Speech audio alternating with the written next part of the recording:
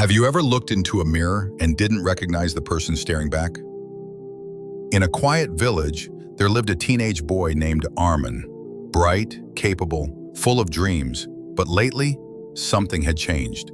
He walked with his head down, shoulders slouched, his once spark-filled eyes now distant. One evening, after another day of feeling like he wasn't enough, Arman sat quietly at dinner. His grandfather noticed. The old man didn't say much, just stood up slowly and said, "Come, I want to show you something." Arman followed him up the creaky wooden stairs, into a dusty old attic filled with cobwebs and forgotten things. In the far corner, there was a tall, covered object. The grandfather pulled off the cloth. It was a mirror, but this mirror was different. The frame was carved with strange symbols, and the glass seemed to shimmer gently in the dim light. "When I was your age," the grandfather said, "I used to come here every time I forgot who I was." Arman scoffed quietly. "It's just a mirror." "Look again," the grandfather said.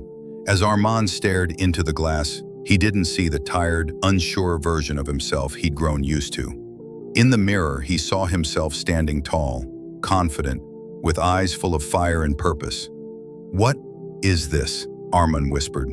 The grandfather smiled. "This mirror doesn't show who you are today. It shows who you could be. If you stop listening to the voices that say you're not good enough, the ones outside and the ones inside." Arman kept staring. He didn't want to look away. The reflection in the mirror wasn't perfect, but it was real.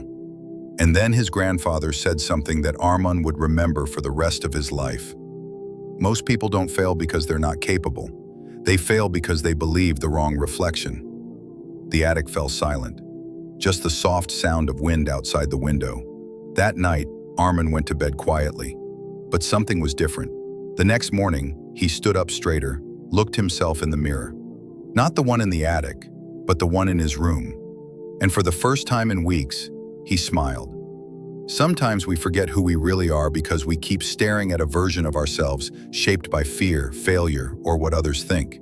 But deep inside each of us is a version, waiting to rise stronger, wiser, capable of more than we can imagine. Don't let the wrong mirror define you. You get to choose what reflection you believe in.